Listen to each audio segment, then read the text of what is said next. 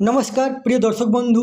রাজ্যে সরকার পরিবর্তন হয়ে একটি নতুন সরকার এসেছে, যেটিকে বলা হয়েছে বিজেপি সরকার। এই বিজেপি সরকার ক্ষমতায় আসার আগে যে মমতা ব্যানার্জির যে স্বপ্নের প্রকল্প বা গেম চেঞ্জার প্রকল্প, আহ, যেটিকে বলা হতো লক্ষ্মীর ভাণ্ডার, সেই লক্ষ্মীর ভাণ্ডার প্রকল্প নিয়ে বিজেপি বলেছিল তাদের ইশতেহারে যে আমরা ক্ষমতায় আসতে গেলে এই লক্ষ্মীর ভাণ্ডারকে রূপান্তর করে অন্নপূর্ণা ভাণ্ডারে প্রকাশ করা হবে এবং প্রত্যেককে ১৫০০ টাকার পরিবর্তে ৩০০০ টাকা দেওয়া হবে। কিন্তু বর্তমানে যে বাজেট পেশ হয়েছে সেই বাজেটে বোঝা যাচ্ছে যে এখানে ঝাড়াই বাছাই হবে।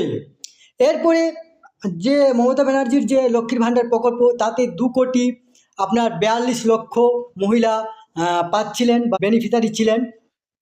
এবার যে বিজেপি সরকারের যে বাজেট, সেই বাজেটে ১ কোটি ২০ লক্ষ বা ৩০ লক্ষর বেশি দেওয়া যাবে না, অর্ধেককে ঝাড়াই বাছাই করতে হবে। এক্ষেত্রে কিছু এসআরএ, কিছু আপনার যে পুরুষরা পেয়েছে, কিছু অল্প বয়স বা কিছু যেগুলা অনৈতিকভাবে হয়েছে সেগুলা বাদ হয়েছে। বাদ হওয়ার পরেও আবার দেখা যাচ্ছে যে আবার কিছুকে যদি বাদ না দেওয়া হয় তো সেই বাজেটের মধ্যে হবে না। এরপরে অন্নপূর্ণা ভাণ্ডার সম্পর্কে একটি নতুন নির্দেশিকা এসেছে, যে নির্দেশিকাতে স্পষ্টভাবে বলা হয়েছে যে কাদের বাদ দেওয়া হবে। এতদিন পর্যন্ত মুখ্যমন্ত্রী শুভেন্দু অধিকারী বলেছিলেন যে বাংলাদেশি বা এসআর যাদের নাম কাটা গেছে তারা বাদ দিয়ে সবাই যোগ্যরা পাবেন, কিন্তু যোগ্য কারা সেটা কিন্তু স্পষ্ট ছিল না। এবার যোগ্য কারা সেটার স্পষ্টীকরণ এসেছে। দেখুন, এই নিয়ে পত্রিকাতেও লিখেছে, অন্নপূর্ণা যোজনায় আবেদন নিয়ে নতুন নির্দেশিকা জানালো রাজ্য। এখানে বলা হয়েছে অন্নপূর্ণা যোজনার আবেদন প্রক্রিয়া নিয়ে মঙ্গলবার গুরুত্বপূর্ণ পর্যালোচনা বৈঠক করল রাজ্য সরকার।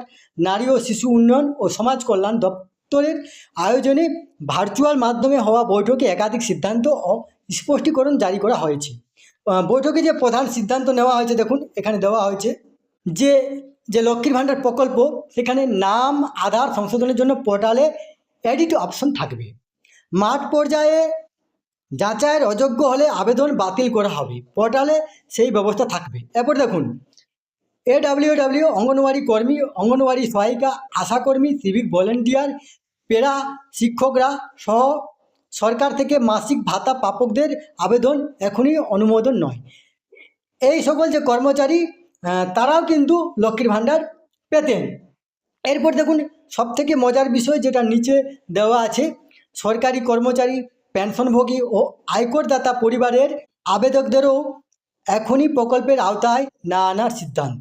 অর্থাৎ মুখ্যমন্ত্রী মমতা বন্দ্যোপাধ্যায়, যে মহিলা বেকার, সে মাস্টারের বউ বা ডাক্তারের বউ বা অন্য কোনো রাজ্য সরকার চাকরি বা সেন্ট্রাল চাকরির বউ থাকতে গেলেও কিন্তু পাচ্ছিলেন।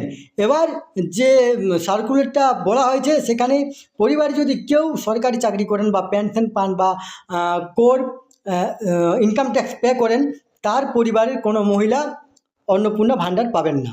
এই তথ্যটি আপনাদের সাথে শেয়ার করলাম। সুস্থ থাকবেন, ভালো থাকবেন, ধন্যবাদ।